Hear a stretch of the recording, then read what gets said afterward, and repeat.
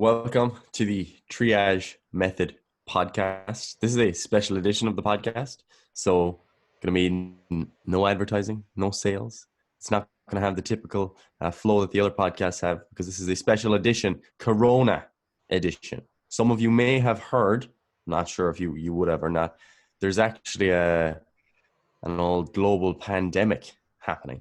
Okay, there's this virus, the coronavirus, and it happens to have infected a lot of people across the world, and people are concerned. So as a result, Ireland is basically on lockdown. The UK are a bit slower to catch up. I have a couple of clients in Northern Ireland, which is unfortunately part of the UK, and as a result, they're still training away and they're still integrating and everything. But down south, down in the Republic, that's not the case. So we wanted to take as an opportunity to basically clear up some concerns that a lot of people have right now in terms of how you can actually keep moving towards or at least attain your health and fitness progress that you have made or that you intend to make over a time that obviously is a bit more challenging. Yeah, and I do want to express right now that I am blatantly, extremely aware that lots of the people that listen to this are not in Ireland, right? But this information does still apply to you because effectively the way they are going to be able to contain the spread of this virus is by effectively implementing some sort of self-quarantine for at least 2 weeks. Because again, it takes up to 2 weeks for the symptoms to start to, become apparent for some people. Like some people it's 5 days, some people it's 14 days, but it's generally within that time frame, right? And that's why this is this 2-week shutdown mark, so they can kind of effectively stem the spread of this, right? So if your country is not affected right now, they're probably going to implement, if cases start getting a little bit out of hand, they're probably going to implement some sort of shutdown for 2 weeks, right? So if you're listening to this and you're in, I don't know, Australia or fucking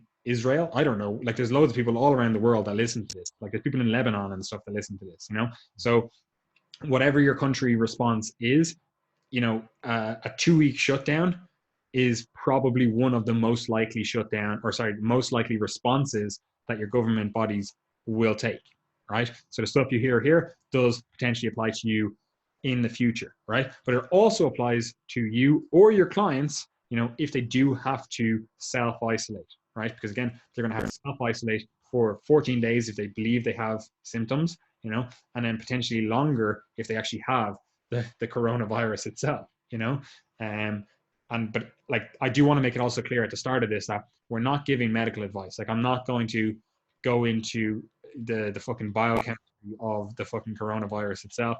Gary, even though he's on his way to becoming a qualified doctor, he's not going to tell you fucking medical advice to help with the coronavirus. That's not what this episode is about. This episode is purely about helping you stay on track with your health and fitness goals while this kind of, in Ireland, 2-week, we'll call it a quarantine period, is in place, right?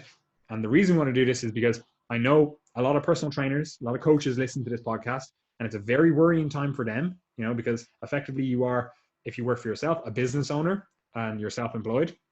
Even if you work in a gym, if the gym closes down, you potentially are out of income. So not only are you scared of, potentially getting COVID-19, but also you're scared because potentially you're going to get COVID-19 and have no money because the gym closed down and you lost all your clients because they couldn't train and you couldn't collect any money from that. Now, naturally enough, the government is potentially going to step in. Don't know the full extent of it right now, especially for those that are self-employed. They're going to potentially step in with some sort of income reimbursement. You pay your taxes. Realistically, if they don't come in with some income reimbursement for revenue lost over this time, just stop paying your taxes because they're scum, right? But they will potentially come in with some sort of income reimbursement. Now, is it the extent that you would have got if you were working in that time? Yeah, probably not. But I do reckon that a lot of countries like Italy and stuff, they have brought in mortgage interest rate holds and different things to potentially ease the financial burden of people that are affected by the spread of this pandemic, right? So that's the kind of preface to, or preface to, this whole podcast. I also want it so that you can share it to your clients if you are a personal trainer. I also want it to help you as a personal trainer, coach, whatever, and then also help your clients and also help like the general population at large, because we do have a broad audience of people that listen to this all around the world. But a lot of what we're going to say is specific to Ireland right now, and potentially then specific to other countries as they start closing the border. As they start closing their country down, start closing. Generally it's going to be like in Ireland, closing places that or enclosed places that have over 100 people. That's generally going to be the practice, or closing places and events that have very close proximity. Like both of our Brazilian Jiu-Jitsu gyms are closed down. Um, so obviously because you're face to face grinding into each other. Basically wrestling. So that is going to be the case with a lot of countries. They're going to close down buildings that have over 100 people in them. And again, that does apply to some gyms and it doesn't apply to other gyms, right? So take that as a preface for all of this, and we're going to get into discussion straight away, right? So the first major thing with all of this is the fact that for a lot of people in Ireland right now, a lot of people don't have access to a gym anymore, right? Because the gym has either preemptively shut down because even if they don't have over 100 people in there, they're very aware that, over a day, they might have 100, 200, 300, 400, 500, 1,000 people walking through that gym, especially if they do classes, which, all of a sudden a class brings in 25, 30 people and the numbers in the gym just skyrocket for an hour. Some gyms, like I know in Dublin, a lot of gyms are still open, a lot of gyms are not still open. But a lot of gyms have stayed open and just really increased the use of like hand sanitizers. They've increased the cleaning staff, cleaning down the equipment and different things like that. So like a lot of stuff has been put into place in some gyms. Like I went to the gym already today, but I am really aware, because obviously we're talking to our clients and stuff, that a lot of gyms are closed down. So you don't have access to the gym. So this is our first hurdle if you're trying to stay on track with your health and fitness stuff. All of a sudden, you've been doing this 3, 4, 5-day program. You've been trying to like progress with that, and all of a sudden that's taken away now because you can't go to your gym. So Gary, where are we at with that? How are we thinking about this? Because obviously we need to touch on like diet stuff. We need to touch on lifestyle stuff. We need to touch on like a load of other stuff. But purely right now, people are worried about keeping their gains because their gym has closed down. So what is the sus with that?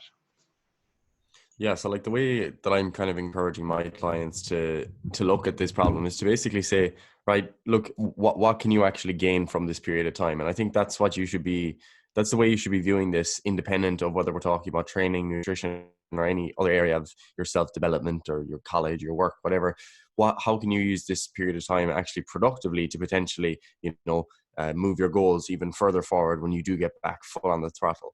So like one of the things that I think is worth noting when it comes to the process is that if you are someone who is training quite hard and you've been training, since the turn of the year, you've been on it, this 2-week period where you're actually just not training or training less could actually be beneficial for you. It could allow for some additional recovery, and you could kind of view it as like a forced deload. Life brought this deload on you. And when we did the podcast on deloads, we actually discussed that. We said that very often life brings deloads and you don't necessarily need to plan them. And this is one of those instances. So there could be that potential benefit there. In general, I'm not going to say to people that, oh, just don't train at all. Don't do anything. Like that's generally not a good idea. So that's the first thing, is that you can still train, even if like it's obviously easier for people who are just into, mixed training. Like if you generally train quite a lot of conditioning work and you do a bit of weight training as well, it's probably not as big of a deal to you because you're just like, oh, well, I can still do all my conditioning work. I can still run hills. I can go for long runs. I can go hiking, etc. So you still have those options available. But for people who are more into resistance training and that's their main thing, it is a bit more difficult to get proper training in. So this is where, you start to become a little bit creative. There's lots of bodyweight exercises that you can actually do at home that can still be really, really effective. Like, especially when you're talking about the upper body, some muscles in particular, like the push-ups. Like push-ups are an absolutely fantastic exercise. They're ridiculously versatile, and there's no reason why you can't get like a proper chest workout in with literally just push-ups. So I wouldn't be worried about like my bench press strength falling off. because all you're basically going to be doing is just, yeah, you're still training a similar movement, similar muscles, etc. But you're going to be doing it in a different fashion. You know, you're doing a push up instead of a bench press, same muscles, different repetition ranges, probably. And obviously progression is a little bit more of a challenge as well. But at the same time, it's still pretty easy to progress and regress a push-up. Like if you're not able to do full push-ups, you can do push-ups from your knees. You can do push-ups against a table, against the wall, depending on your level of strength, how trained you are. So that they're like your regressions, and you could progress that up by, you know, having a band. If you have a resistance band at home, or you have the option of picking one up, or you could order one online. A resistance band is, Just not from China. yeah, just not from China. A really good way of progressing your push-ups would be to, you know, put that band around your back, have it in your hands, and boom, you could progress that way. Or you can put something on your back. You could wear a backpack with books in it. You know, so there's lots of options available there. So push-ups are a great exercise. If you've got a playground near you, you know, you can do lots of chin-up variations, horizontal row variations. Some people, if depending on how house is built, some people can do like chin-ups off their above the stairs. You know, when you're coming down the stairs, you can do chin-ups there. You can do chin-ups from your shed, whatever, you know. So there's lots of options there for kind of pull-up and rowing variations. Yeah, and You were just going on to say, that, I just want to say that like we're going to just prioritize over the next few days getting some more at home / body weight exercises recorded and put up on, you know, YouTube, put up on our website and stuff. So again, if you are a coach listening to this, you are more than welcome to share them with your clients. Be like, oh look, I just need some, you know, different variations of, like, because there's stuff you can do at home. Like even back training is a little bit hard, but there is stuff that you can do at home, you know. And if you are using Gary's advice there and going to the playground around you, like, you know, just wash your hands afterwards, and don't touch your face. But ultimately, right, if you have understood the basic principles of, you know, applying stress to muscles to get stronger or to increase, you know, your muscle mass, there's no difference in terms of how you are going to train now going forward, even if you have to train at home. Because if you've truly understood all that stuff, now you can look at it and go, I need to put a stress on my muscle. You know, I need to have some sort of progression method within that. You know, and we've done progression methods on our website. We've talked through all the training protocols in the podcast, you know. So if you understand all that stuff, you're just going to go, okay, now I actually understand that all I have to do to keep progressing is put some tension on that muscle, right?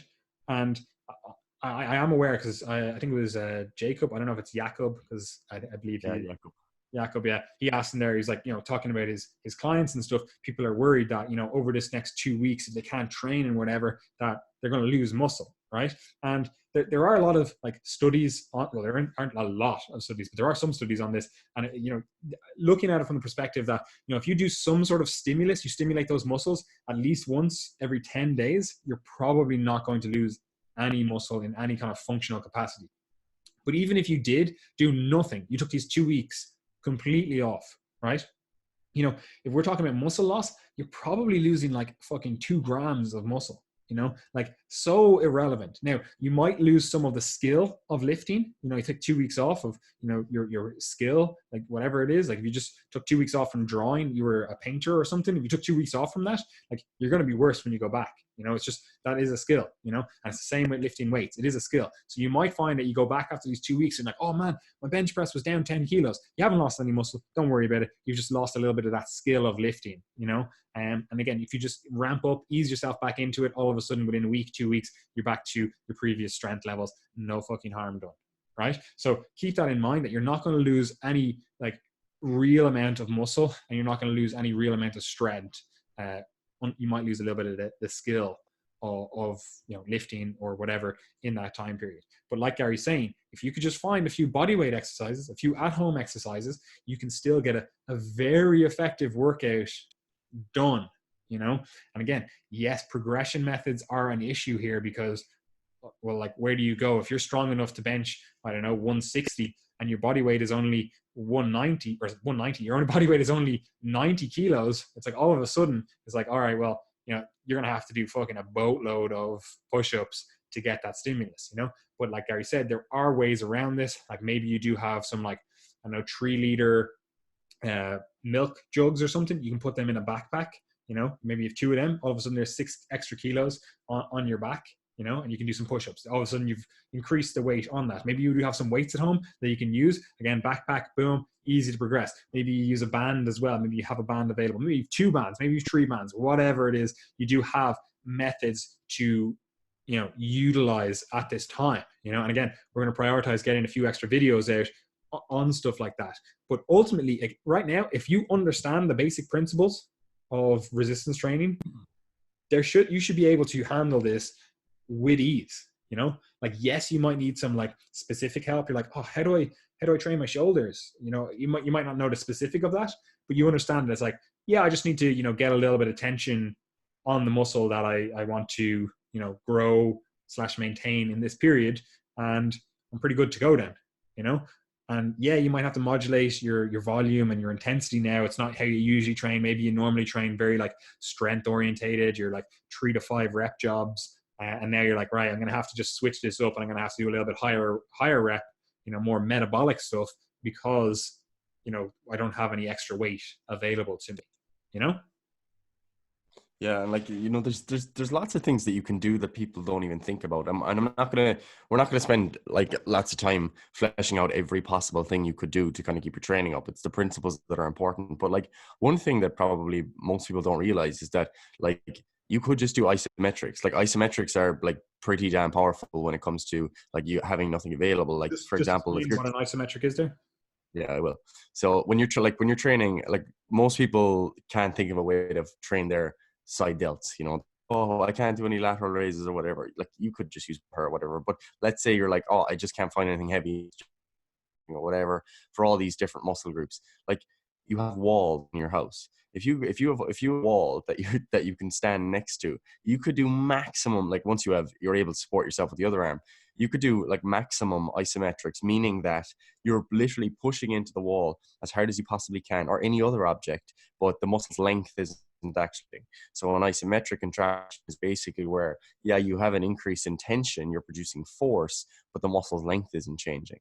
So you could do that with like you could do standing next to the banister of your stairs. You could do an isometric row. Like there's lots of different things that you could actually do. And it might sound ridiculous, but I mean, if you do that and you hold it for 60 seconds of you trying to push as hard as you can, like that is a stimulus. And that's the thing that people like training is fundamentally, like you said, about applying stress to muscles. Like your muscles, essentially, they sense tension that's being put on them, and that's a cumulative process. So even very simple things, and we'll touch on it more in a minute, but like keeping your steps up, that's something that does actually stimulate muscle protein synthesis. And like that might seem like inconsequential, but it's relevant. It's all cumulative tension, and that's independent of worrying about energy expenditure or anything. All of these things help your muscle to stay around. Like when people go to space, when astronauts go to space, or when people are bed bound, they lose a ridiculous amount of muscle.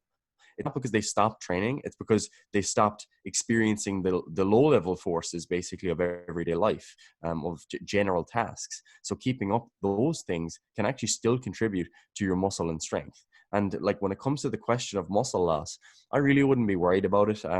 Like most people like can maintain muscle mass really well with very low levels of volume, even cutting down to like a set or two that are quite hard every few days or once a week or whatever, is going to be a pretty potent stimulus just to keep things hanging on.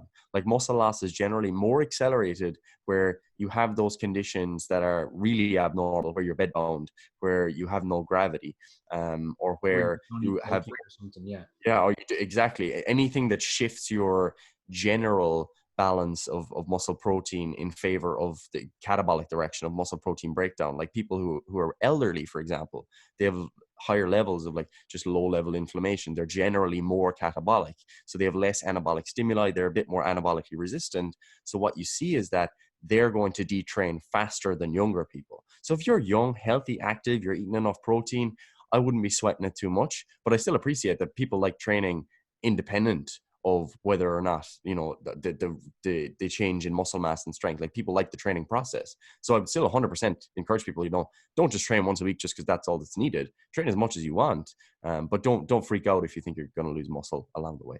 Yeah, I think right now for a lot of people, like it is fear that's kind of that's what's getting their questions going. They're like, oh shit, I don't know what to do because my gym is closed. I've never trained in a way that doesn't involve a gym. Like it's all they know, you know.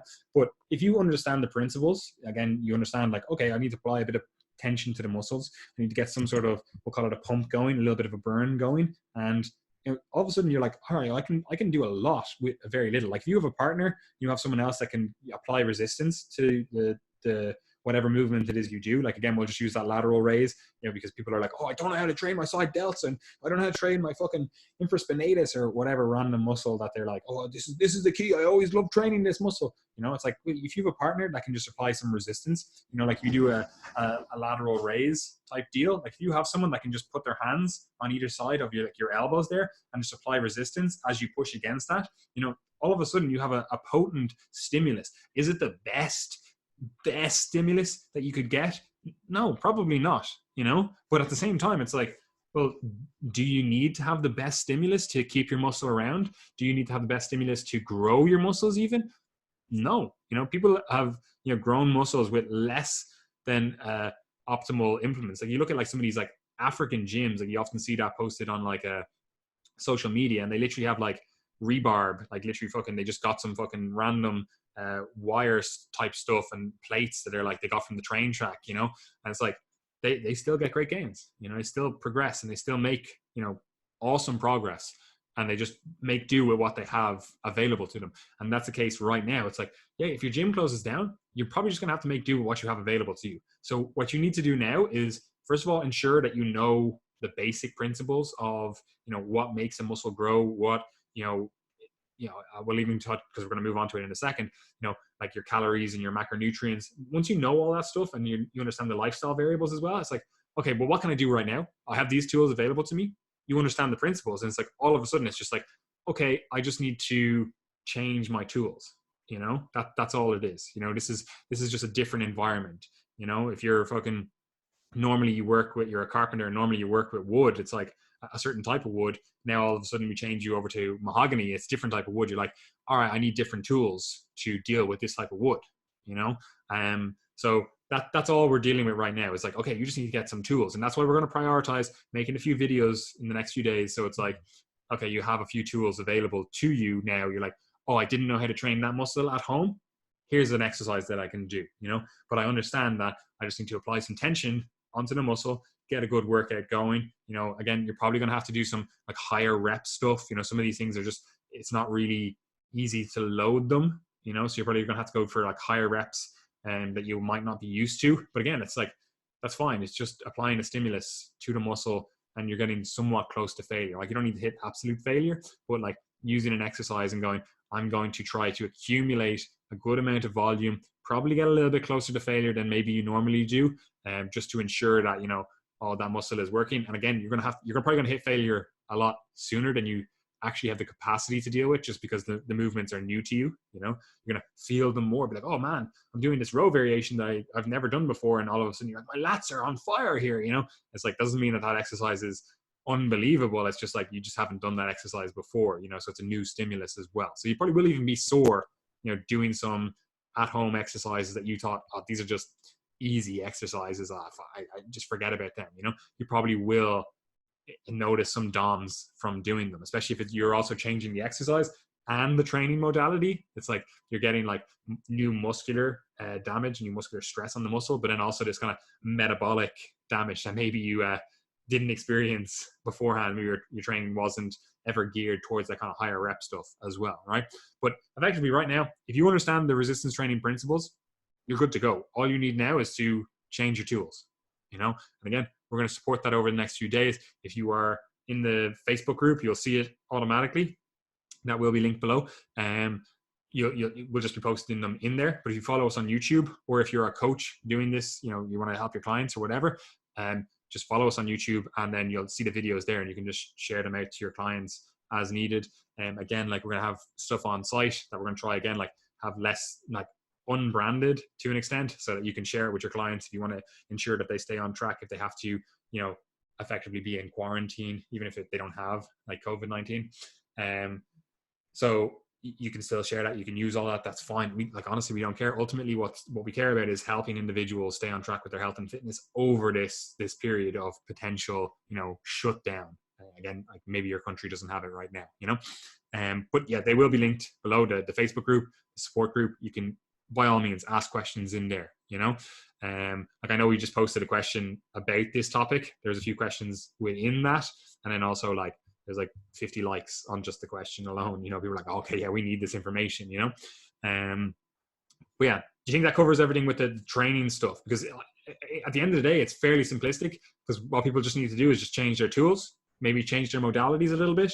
But once you have those, it's really simple. Now, from the psychological perspective, it's a little bit harder, but we'll touch on that kind of stuff in a second. But just purely from a training perspective, do you think that's enough information to help people move forward and deal with these 2 weeks that they potentially have off from the gym? Yeah, 100%. Like I feel like if you just take that reassurance with you that, look, I'm not going to regress that much in 2 weeks, and you still take on those principles of like, right, I'm still going to do something. I'm still going to train. It's, if nothing else, it's good for your head. This is going to be like, some people are going to be, quite down, feeling anxious, etc. Whether it be like Bored as well. That's going to be a big one. bored as well. Yeah, that like I know personally, like I'm concerned about going home to see my parents, because I'm like, well, they're in a higher risk population. So if I am infected, I don't want to be infecting them. And I know if people have those concerns. So a lot of people are really taking it seriously, self-isolating, and that involves them sitting at home all day. You're not gonna feel fantastic. So getting exercise in is just really, really recommended at this time in general. So yeah, get on that. And as we said, just on that as well, like I hate using these words because it's like so hyperbolic, but like exercise is immune boosting, like it does help with your immune system. So like we definitely would prioritize getting some exercise in during this time period to ensure that your immune system is in tip-top shape. It's the same stuff with the diet. Now again, I'm not for a second suggesting that as medical advice, being like, yeah man, just do fucking set of 20 squats and your immune system is going to be jacked and going to be able to fight off the fucking coronavirus. No, that's not what I'm saying. I'm saying that it does have immunomodulatory benefits that will increase your immune system and potentially contribute to you being safer in this time period. So it's definitely worth your while doing some exercise. yeah, and even like on that note as well, like you can look at it from the opposite perspective as well, in terms of like, a lot of people are asking, like, what can I add in to boost my immune system in this time? And like, a lot of people are really dismissive. Like I follow a lot of doctors, because obviously I'm interested in medicine. You a That's doctor, bro?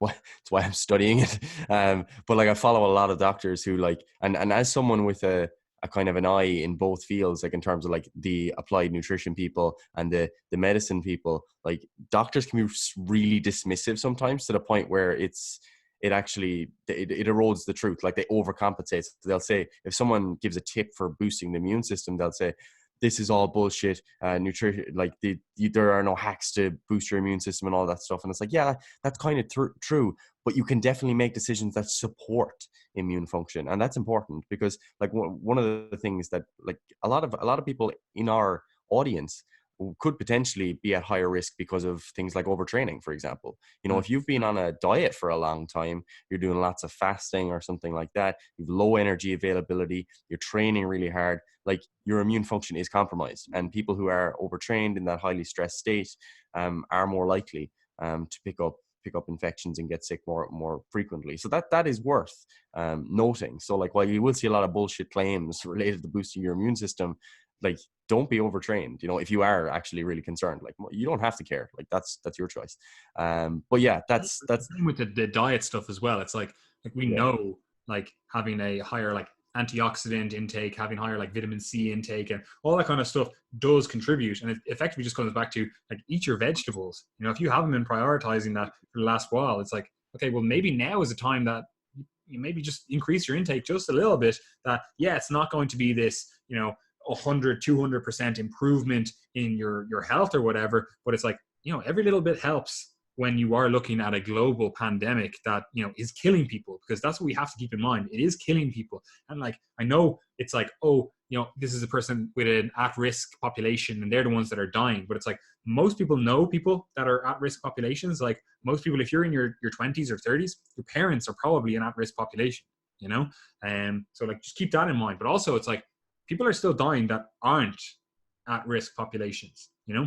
people also all the time have underlying health conditions that they just didn't know they had, like you could have a hole in your heart and not know about it, you just, what was never found, and it's like, you're at an at-risk population now that you did not know about, or you could have some sort of fucking underlying fibrosis in your lungs already, and you're like, oh, I was a smoker when I was in my teens, but I stopped, and it's like, I'm fit and healthy now, but it's like, yeah, but like, you, because of the actions you took in the past, are potentially at a higher risk now, so all this stuff you do have to keep in mind, that it is killing people. And yeah, especially I've seen all that stuff on social media as well, where it's like, oh, this is bullshit, this whatever. It's like, people have a right to be a little bit fearful and look for, we'll call them hacks. And yeah, like a lot of them are just stupidity. It's like, oh, take 100 grams of fucking vitamin C. It's like, that's going to do fucking jack shit.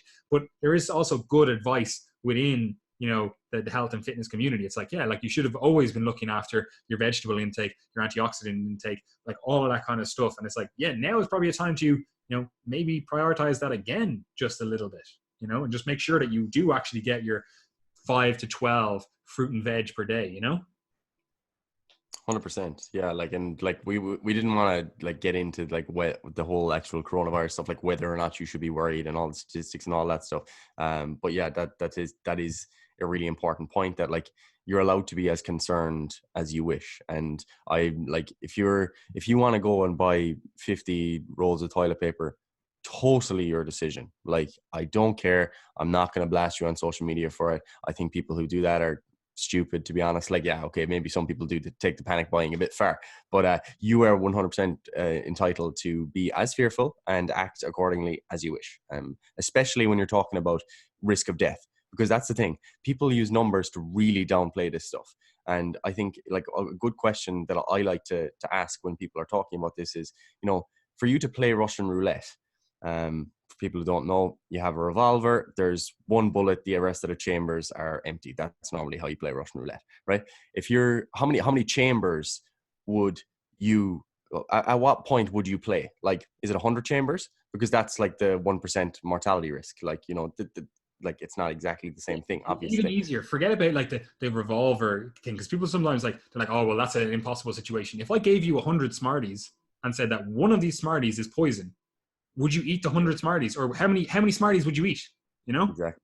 So like, why would you, like, if it's a 1%, death mortality rate or whatever, it's like this, if I gave you 100 Smarties and said one of them was poison, you probably wouldn't eat any of those Smarties. We're not going to get into that stuff, but yeah, I would be concerned if I had it. Like, you don't know that you're not going to be the 1 in 100 under 30 person who dies from it, and that will be a bad vibe. You also don't know what the long-term repercussions are, and that's something that people haven't really thought too much about. Like, you don't know whether or not this changes your risk for future health complications, or whether or not there'll be lasting damage, etc. But anyway, separate to the conversation, one last thing on the training front, because like it is obviously relevant. I mentioned steps. Like, obviously there's an energy expenditure justification there as well. This is a good segue into the next section, because I wanted to talk about the energy expenditure stuff, because it goes into the diet then. So bring up the steps. Yeah, perfect. So yeah, like when we're like, this is basically the crossover between diet and training. So we've touched on the training stuff. Boom, you're happy, that's squared away. You're not too concerned about losing muscle. Fantastic. Thanks for listening. Now, what a lot of people are concerned about, and this is probably the biggest challenge at times like this, is keeping your diet in check, keeping your nutrition on point, keeping your energy expenditure up, so that you can maintain your body composition. Because like, people don't want to, just gain loads of fat while they're out for 2 weeks. So I want to get fucking huge. I want to get all of the sweets available to me. Yeah. So yeah, it's quite important to just kind of keep your general activity levels up. And this can kind of go in two directions, because like, for some of my clients who work sedentary jobs, it's likely that they'll be more active in this time now, because they have more time to go out for walks and stuff. Like, some of my clients literally do not have time. Like, they work 10, 12 hours a day, and it's sedentary work, including their commute, etc.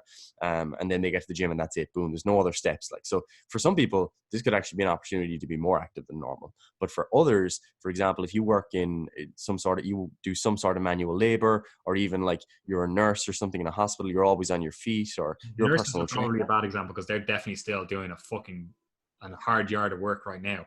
Probably for the population that we're talking to right now, like if you're a personal trainer and your gym closed down, all of a sudden your steps that were at fucking 30 to 50K per day, now they're at 10. Yeah, sorry, nurses, for lumping you into that. Respect the work you're doing. Keep it up. So yeah, they're definitely going to be on their feet.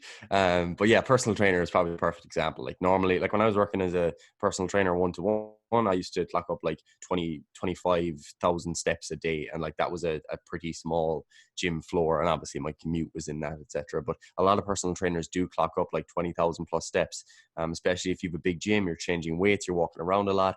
And if you're now not working, like you're going to be pretty sedentary, and that can put a massive dent on your energy expenditure. You know, if you're walking 20,000 steps a day, that's a lot of calories, man, that you're expending, and you can't just go down to zero and expect to keep your diet the same, because it's just not going to work out. So get the steps up. If you're at home, like building into your routine for a couple of weeks that, oh, look, when I get up in the morning, I'm going to go out for a 30-minute walk. In the evening, I'm going to walk the dog for 30 minutes. Boom. Like you've done an hour, you've listened to the Triage Method podcast and other podcasts that we recommend while you're out walking, of course. And that would just be a solid way of building it into your routine. So that is important. And yeah, that's pretty much the main thing to say about steps. We've talked about them many times in the podcast. If you're a first time listener, like your steps are a really good way to kind of standardize your energy expenditure, because what a lot of people do is, you know, they'll worry about their exercise, their formal exercise, but they won't worry about their actual baseline activity. So while we can't control every aspect of the amount of energy that we burn through non-exercise activities, steps is a pretty good proxy.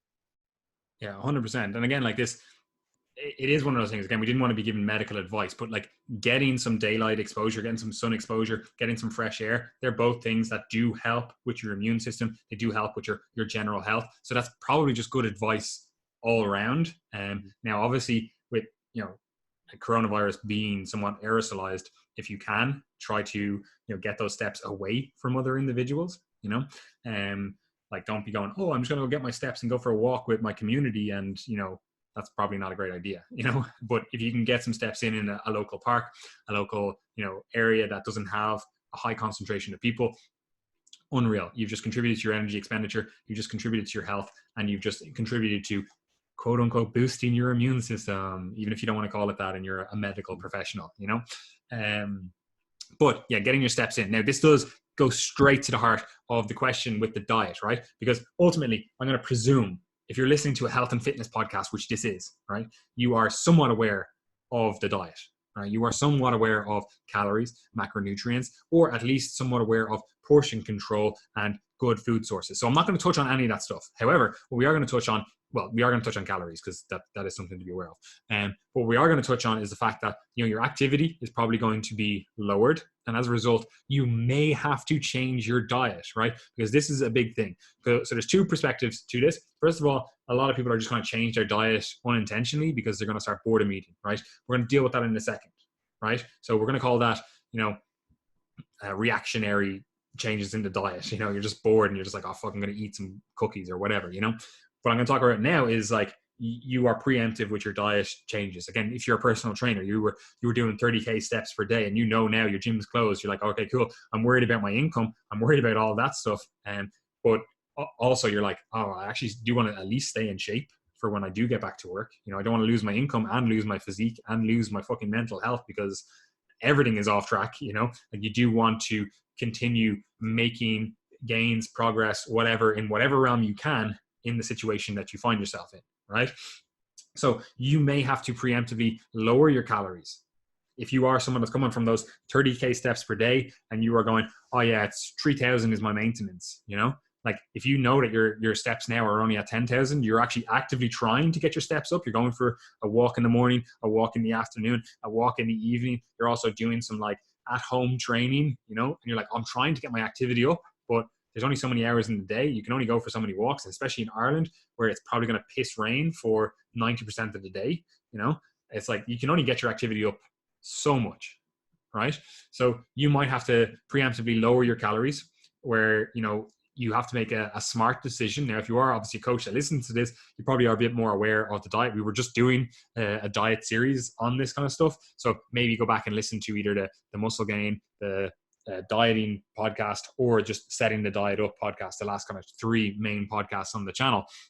And then just understand a little bit more about the diet itself if you don't already know what to do, But right now you're like, okay, my steps are down, my activity is down, like all of that kind of stuff is just down. So you could preemptively lower your calories if you know that, your activity level isn't supporting the calories that you were on, if you wanted to stay or potentially improve your body composition in this time, Now, I can't give you a magic bullet and go, this is the exact calories that you should drop, You're going to have to make an educated decision about this. If your activity is literally halved because you were doing 30K steps before and you're struggling to get 10K steps now, it's like, we could even say that's potentially up to 1,000 calories, like, I don't know, you're just going to have to make an adjustment, make an educated adjustment, and then see how your body composition, how your weight changes over time in response to that.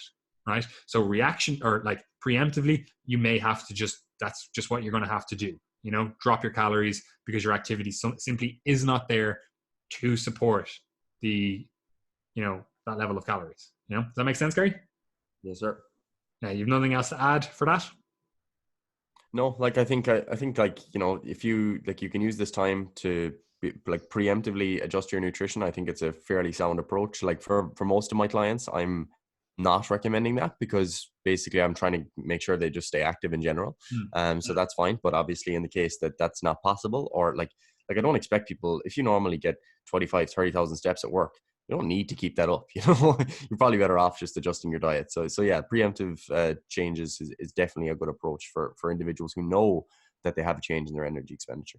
Yeah, like obviously if your energy expenditure is still in and around where it was, like you were previously getting 10,000 steps and now you're getting 10,000 steps, it's like, all right, cool. You don't need to change anything, right? So from that perspective, if you are dropping your activity level, it probably makes sense to drop your calories. It just makes sense. Same is true on the other side of things, depending on the situation. Now, this is a little bit more tricky. If you are someone that was coming from, like Gary said earlier on, a very sedentary lifestyle where you're like doing 1,000 steps per day and your gym session is the only activity you pretty much do during the week, like you might be in a situation where you are now doing more activity. You have the availability to, actually walk around, get in those 10,000 steps, So this is a tricky one because you can effectively use this time to kind of accelerate your fat loss if that's the phase that you're in. It's just increase your activity, your expenditure a little bit. But this is also a potentially very tricky situation because if you do that, you're probably going to be hungrier and you're probably going to be bored sitting at home, right? Mm-hmm. So this ties into the next bit we're going to touch on, which is the kind of reactionary calorie changes, which you just didn't want to do, but boredom made you do. But we'll touch on that in a second. But if you are someone that is coming from a lower, like a sedentary job perspective, and now your activity is up a little bit, then you have to be smart with your nutrition. And I don't have a magic bullet. I've talked to my clients that are in the situation, and we're going to make a plan of action going forward for a lot of them. But it really depends on the individual. It really depends on the exact situation, how you have to deal with this. Like if you are in a fat loss phase and your activity is only going up a little bit, who cares? Just milk the extra little bit of fat loss that this calorie deficit now provides. Awesome. But if you are in a phase where it's like, okay, well, I'm actually trying to gain weight, you might have to increase your calories. If you are trying to maintain your weight, you might also still have to increase your calories. You also might notice that, okay, I didn't increase my calories, but I was trying to like milk the weight gain. And now I'm just really hungry throughout the day because my overall activity is higher. You're going to have to make an educated, informed decision about how you adjust your diet then to keep you on track with your goals, but minimize the risk that you fuck up the diet because you're hungry now. You're way hungrier because you're doing an extra 7,000 steps per day. So it's a little bit harder if you are someone coming from a sedentary perspective to now increasing your activity because you've 2 weeks off now or something, maybe from your job. So that's a little bit harder, and I don't have a magic bullet approach to that. Do you have anything to say on that, Gary? Yeah, like this is with the okay, I'm literally losing the ability to speak. Boredom eating is what I was going to say, is the most difficult thing that people are going to struggle with at this time, and it's something that I know a lot of my clients are quite concerned about, because especially if your energy expenditure has dropped off.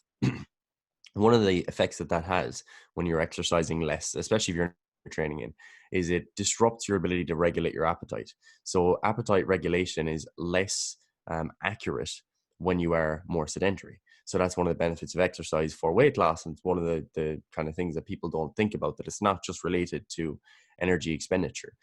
It does help with appetite regulation. So if you've got that, and that's compounded by being in the house with all the presses full because you did your emergency shop, then it's the perfect environment for you to basically just overeat, accidentally or unintentionally would be a better way of putting it. So yeah, you do have to be mindful of that, and that's why exercise can be useful. But also another thing that ties in with this is like keeping yourself busy and working on something. Like, you might be totally off work and you're not working from home.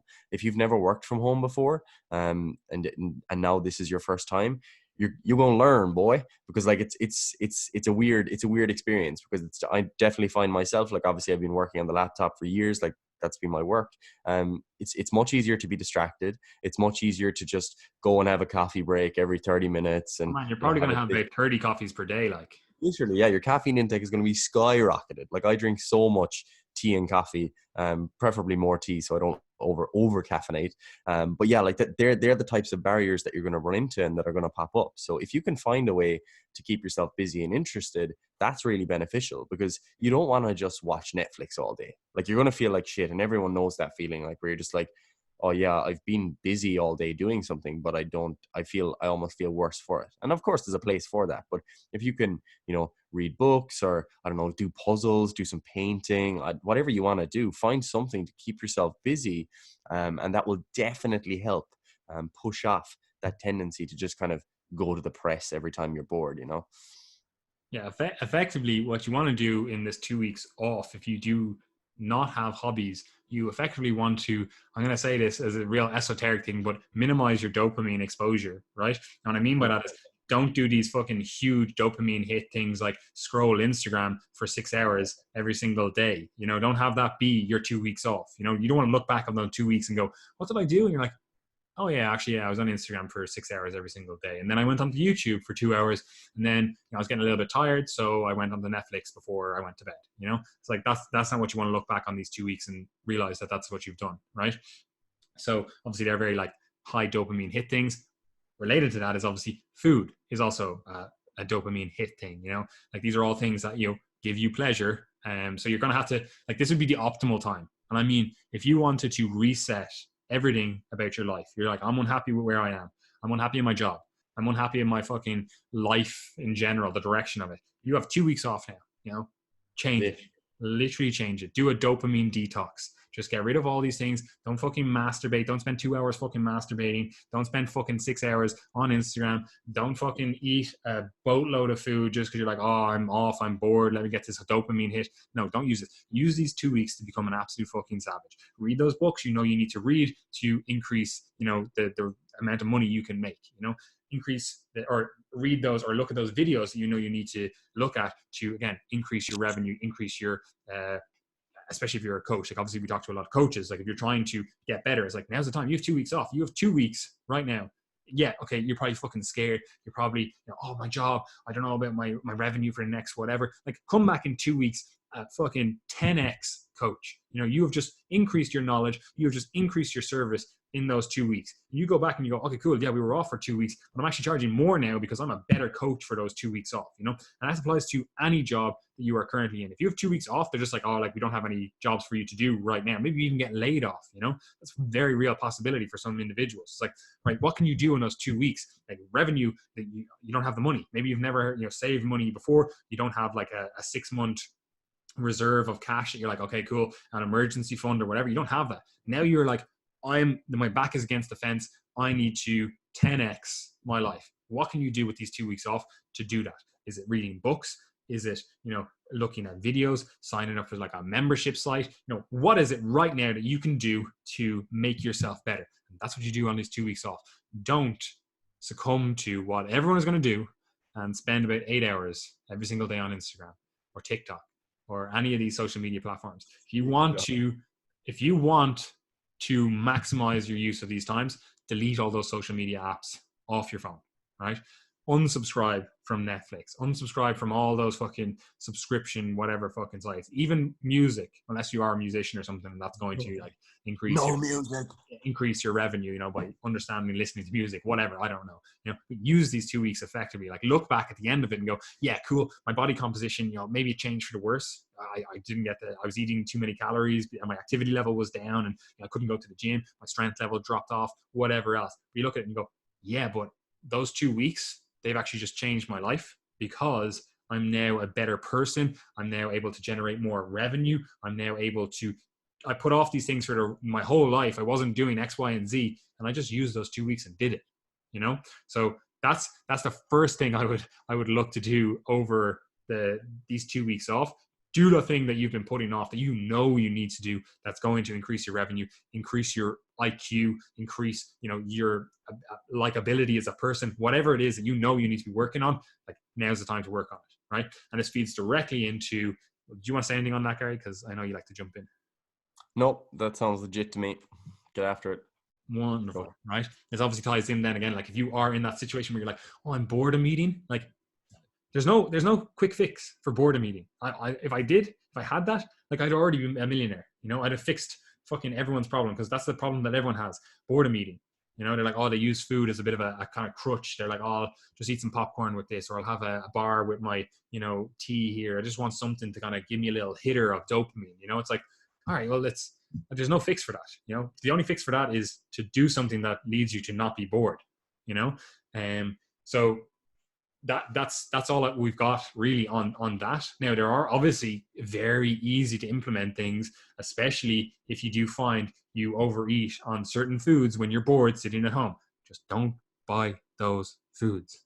It's actually just that simple, or lock them away, lock them in the cupboard. It's your prep cupboard. You're a prepper now. You're like, oh, this is only for the apocalypse, so I open this cupboard. Like don't have them easily accessible and easily obtainable in the area around you, because you're going to do it. Like there's like 100% you're going to do it. You're going to be bored. It's going to be fucking, I don't know, 2 p.m. middle of the day. You've already spent 6 hours on Instagram. You're like, what the fuck am I doing? I go to the kitchen. I'm going to make that coffee. And then, oh, actually, yeah, there are those Doritos there that I really shouldn't have in my press, but actually, yeah, I'm gonna have the bag there. It's like whatever it is, that you shouldn't be eating, and it's just there. You're going to eat it.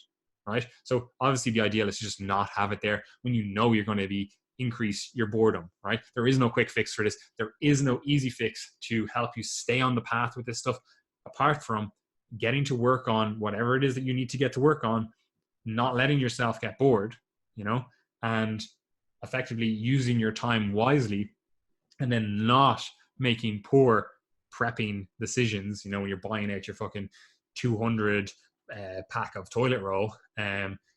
Don't buy these foods that, like, yeah, okay, maybe it's your favorite food, and you're like, oh well, if it is the apocalypse and we're all going to die, I want to at least have my Twinkies or whatever. It's like, just don't buy them. Just don't have them in the house, and all of a sudden all of this boredom eating stops happening. Like, because you are looking after your mental health, we'll call it. You're not on social media. You just fucking got rid of that. You're like, okay, cool. I'm reading those books I needed to read. I'm helping my kids. They're at home now. You're at home. You're like, well, what can you teach them over the next 2 weeks that's going to 10x their life? Like, what can you do? There's loads of stuff that you can do to help them, to help you, to help whoever is in your community, whatever. Basically, just don't let yourself get bored. Don't become this person that's like, oh yeah, I listened to, 4 hours of TikTok, or I watched fucking a load of videos on YouTube or whatever. It's like, yeah, if that's going to directly impact your ability to help your community, your ability to help the individuals that you need to help your income, to help your job, to help your life, cool. Watch all the fucking videos you need, just don't let yourself get bored, and use your time off wisely, 100%. Like if you're stuck for something to do, like if you've got a car and you drive, go and do the shopping for vulnerable people who aren't going to be able to leave their house, you know, because obviously you But don't just don't want. do it if you think you have COVID-19. Yeah, please don't wear a mask or PPE, protective equipment, whatever you need to do. But that, you know, that's one option. You know, if you're that bored and you're like, there's nothing I like. All I do is I sit around scrolling Instagram. You know, go and help someone else. Although more difficult at this time, obviously, for obvious reasons. But yeah, there's nothing else that I would really add there. Like just reinforcing that point. Like stay busy. Find something that is not necessarily immediately rewarding but challenging enough to keep your interest. Like that's where real reward comes from. Like if you finish the day and you're like, God, my diet was on point, I got my exercise in, I read 50 pages of a book, and I wrote half an article or whatever, you know, whatever's relevant for you, then you're going to feel much better about yourself than looking back at all those acute little dopamine spikes that you got throughout the day from, I don't know, getting likes on your Instagram posts or whatever, you know, or scrolling TikTok, watching stupid videos. 100%. So yeah, That kind of obviously goes in with both the diet side of things, because there is no fix. I wish there was. I wish there was a fix that I could just give you about boredom eating and all that kind of stuff, but there simply isn't. I would be a millionaire if there was, right? So you're just going to have to use your time wisely. You're just going to have to make smart decisions. Like, yes, food is more available and you're probably going to be bored, even if you are, you know, fucking 10x in your life, whatever, you know. You just have to have some sort of nutritional discipline. You have to then kind of go, okay, I'm going to have to make smart choices now. And even if you fuck up, like it's going to happen. I know my clients are going to come to me on Wednesday or Thursday and be like, oh man, I fucked up. I ate those crisps that were in my cupboard or whatever. It's going to happen. That's fine. What you need to do is just not have that be like, oh man, I fucked up 2 days into this 2-week quarantine period. Basically, I'm just going to take the 2 weeks off from everything and just fucking eat everything in sight. If you slip up once, that's fine. The next meal, you are one meal away from being straight back on track. You know, that's what you need to think of it like now. It's not like, oh, I'll start on Monday or whatever. There's no reason right now. You have 2 weeks off. There's no like weekdays, they're gone. You know, there's no rhyme or reason to, this is basically like Christmas time. You know, when you're like, what day is it? What date is it? You have no fucking clue. That's basically what it is right now. So there's no reason to start on Monday. No, you just start straight back, next meal, get right back on track. It's very simplistic, right? Now, the actual implementation of it, that's naturally enough very hard for a lot of individuals, but you just have to be smart. You just have to make smart decisions, and you have to, you know, detach emotionally from the situation to an extent and go, look, yeah, okay, I fucked up. The diet is off track right now, right? How can I get straight back on track? You know, that's all you need to think about right now. Now, there is some concerns, obviously, naturally enough, for people. If you go to your local shops and all of a sudden half the food that you normally eat is gone, you know, you just have to be aware that, first of all, panic buying food, it doesn't serve your community and doesn't serve you, generally speaking. Like, yeah, maybe buy an extra 2 or 3 trays of whatever it is that you buy. That's fine, that's cool. But like literally buying out all the toilet roll in the store, you know, that's probably not, you know, ideal for anyone. Like it also makes no sense. You know, it's pure fear. That's all it is, right? So hoarding, it's just, it doesn't serve your community. Just don't do it, right? But it is a concern for people that are interested in their health and fitness, that now they go down to the store and, you know, they got to buy some meat, whatever, and all of a sudden they're like, fuck, man, the stuff that I normally buy is gone, you know, or I normally buy for the week and I can only buy 2 of these, you know. So that is a concern. You may have to switch up your diet. You may have to tweak your macronutrient intake. You might have to do that. You're just going to have to play it by ear. You're just going to have to make the best decisions available to you right now, right? You know, ideally as well, I'm just going to say it, like try to support your local community wherever you can. Like if you normally buy your meat in Tesco or whatever, like try maybe buy your meat from the local butcher, because they're going to be feeling it a lot more than a multinational company, you know, where it's like, oh, well, okay, they're say Tesco, they're in England, they're in Ireland, they're not going to feel the brunt of it. Like, yeah, their revenue, their profit's going to be down. It's probably going to be down fucking like 30%, you know, but they can bear that a little bit more. Whereas if you're a local butcher or you're a local farmer or whatever, and all of a sudden your revenue goes down 30%, it's like that's a closure. You know, that's a potential, like you have to close the shop now forever. You know, you can't handle that, you know. So do try to support your local community wherever possible with that kind of stuff. And obviously be safe and whatever, you know, if you are the local butcher, like just don't be coughing on the meat, thanks. But like stuff like that, like it just makes sense. You're just going to have to play it by ear to a large extent. There is no simple hack. There is no simple trick that you can do. You're just going to have to make smart decisions and try to stay on track with your diet principles, which again you should understand from listening to the podcast, reading our articles, or if again you're listening to this because your trainer shared it with you or whatever. Like the diet principles that your trainer has given you. You know, like you're just going to have to make the best decisions possible. You know. Yeah, and the only other thing I would say about nutrition that I think is actually quite important is to try and have a structure and stick to it. You know, I don't mean like a meal plan, but one of the things that gets people, especially if you if you're already tracking your nutrition and everything, you already track your calories and macros, and suddenly your routine is gone, it can be very easy to just wake up in the morning and be like, yeah, I'll just eat when I feel like it, and you know, I'll just hit my macros, hit my calories or whatever. And then suddenly you've been kind of snacking and picking, and there's no routine. And then by 4 o'clock, you're like, oh my god, I've only got 100 calories left. What am I going to have for dinner? And that's when you're more likely to start to overeat. So, like for example, for me, most of the time I eat 3 main meals a day, and maybe another meal that's like a kind of a more snack on the go type of meal. And that's generally when I'm training and I'm more active. So for me, I'm just like, right, I'll have breakfast, lunch, and dinner. So when you wake up in the morning, it's like, all right, I'm going to have my breakfast, and then I know I'm going to have my lunch at 1, and then I'm going to have my dinner at 6 o'clock or whatever. So if you have that, like, it's a fairly basic thing that you're like your grandmother would tell you to do. But if you have that basic just structure, like it can be 3 meals, it can be 6 meals, I don't care what you do.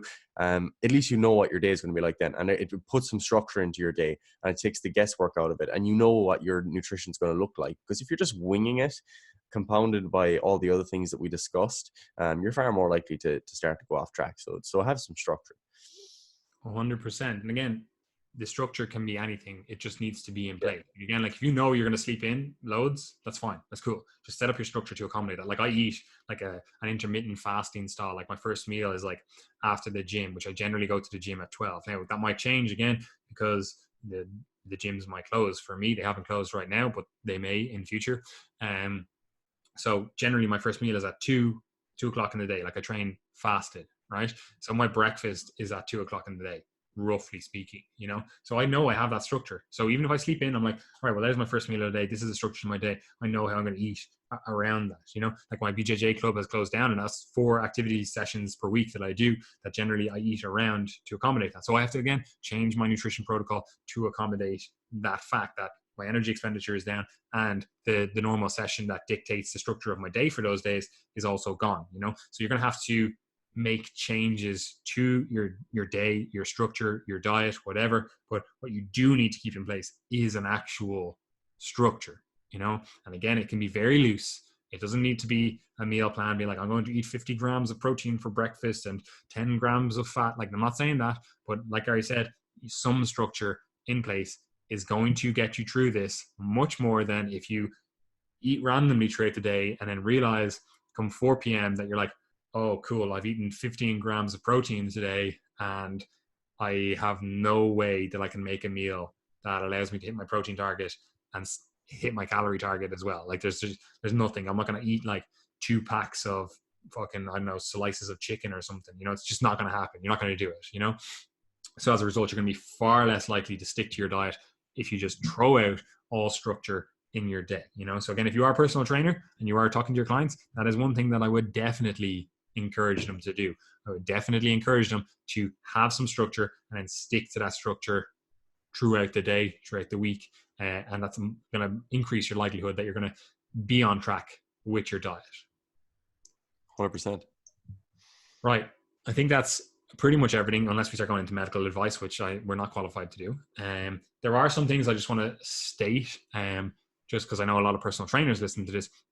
There are things that you can do if you are a personal trainer. Like I know in the government in Ireland, if you're self-employed, they are saying they're going to, give, money, whatever. So reimbursements, whatever. Don't know what the exact protocol is going to be for that, but you should probably talk to someone about that, whether it's your local representative or it is, your accountant or whatever. There probably is going to be some level of support from the government, right? So just don't be as fearful as I know a lot of personal trainers have messaged me, right? And they've asked like, oh, what'll I do now? And like the money's gone, right? That is the case for a lot of people.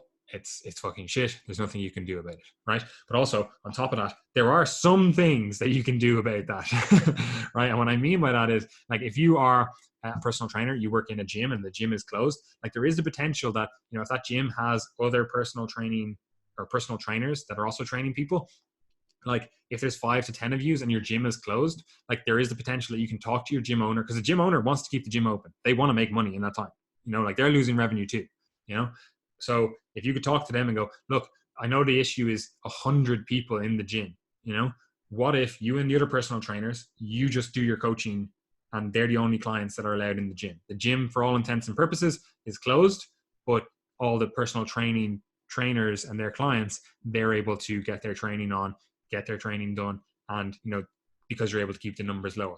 That is a possibility. I know some gyms up here have done that, where the gym says it's closed, but the personal trainers are still training their clients, you know.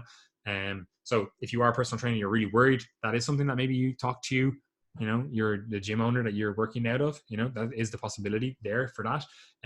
There is also obviously a possibility, again, depending on the structure that you have, to potentially train some of your clients outdoors. Now, again, it's Ireland, so, you know, it's weather dependent, but there is potential for that, you know. Obviously you have to be aware of the risks. You have to be aware of, you know, good practices. Like, you don't want to just be like, oh, I'm going to do an outdoor workout, and then all of a sudden congregate like 500 people there, and then all of a sudden you're like, all right, well, this has to be shut down by the fucking police, you know. So you obviously do have to be aware of that. You could also offer, as a personal trainer, like home service. Like if you're going to be sitting at home and doing fuck all, you know, you could also go to the clients that you normally have and be like, right, I'll just go to your home and I'll do the workout there in your house. You know, maybe you do have some access to weights in your house. You're like, I'll just bring them and throw them in my car. We'll go over there, kettlebell, we'll do some fucking work, you know. And there is a possibility for that. You know, there are possibilities there that you could implement. You know, obviously we're not going to go through all of them, because I know a lot of different people are listening to this and I don't want to be like, oh, this is the exact protocol you can use for that. But there are things that you can do as a personal trainer, as a coach, to both support your clients, help them get results, and then also still make revenue in this time period. Because I know that is a concern for a lot of people. They're like, oh shit, I have bills to pay and I don't have clients to pay, you know. So that there is things that you can do. And I know I've talked to a good few PTs and stuff that are implementing stuff like this. But yeah, you basically have to be a little bit smart yourself if you are PT, and just kind of go, all right, what can I do? Who can I talk to? Can I maybe get my gym to help me let my classes or my, you know, my clients come in? Whatever. Like, talk to people. People want to keep things open if they can, you know? Yep. Nothing else to add there. Wonderful, Gary. Right. So I'm going to wrap this up here. We're not doing any sales pitches or anything else. So do you have anything final to add to this for the special COVID-19 podcast? I was going to call this Corona time, but I actually think that's probably insensitive even. But it would be a good podcast title. I guess just stay safe, you know, isolate yourself as much as you can, wash your hands, try not to touch your face. I keep touching my face and biting my nails, so sorry about that. But also, you always get sick as well. So if anyone's going to die, it's you. I never get sick. You're always sick. You're always like, oh, Patrick, we do a podcast today. It's disgusting. It's because that's actually just because I've got so much muscle that it just blocks my airways. Oh, you can hardly breathe, is it? Yeah, you got sleep apnea from being so big. Your traps are just fucking, your neck, everything is just huge. Like, that's why you're sitting like that. That's why you have your hood up, like, it's like just covering everything. All my fucking pharyngeal and laryngeal muscles, man, are jacked. Nice. Jacked. But yeah, I have nothing else to add. Do you have anything else to add, Gary? Apart from wash your hands, cough into your elbows, and don't touch people. It's fucking weird. I just had a thought. I wonder, is there any research on hypertrophy of throat muscles in people who take loads of steroids? Definitely is. Like, that's a question for another time. Research, probably not, but anecdotal evidence, 100%. 100%. Look at them all, like, you see them with like their jacked jaw muscles when they chew chewing gum and stuff. Yeah. They're just, like, out here, like. Yeah, no, because people always talk about, you know, bodybuilders getting sleep apnea and everything, and it's always related to the size of their actual neck. But I'm like, oh, I wonder the intrinsic throat muscles, laryngeal, pharyngeal muscles. Well, look, anyway, that's a question for another time. If their heart gets bigger, I'm going to say yes. That could be a good Q&A episode. Hypertrophy of the thyroarytenoid muscles in bodybuilders. Your eyelid muscles. Anyway, we are over and out. Nothing else to add. I hope everyone stays safe, and I hope you don't get COVID-19, and I hope your lung tissue stays beautiful, stays breathable, and you have a lovely 2 weeks off from whatever it is, and that you stay on track with your health and fitness goals. And when you come back to your job, when you come back to your normal life after these 2 weeks, you have 10x yourself, and you're laughing at all the people that didn't listen to this and didn't listen to the advice, and they didn't make use of the 2 weeks that they have off, or the extra time that they have over those 2 weeks. No, you've come back and you are able to ask for more money from your clients. If you're a PT, you're able to ask for more money from your job. If you're just working a job, you've 10x yourself, right? So use the time effectively. Don't get addicted to even more dopamine and waste 20 hours of your day on social media. Yes, sir. Enjoy.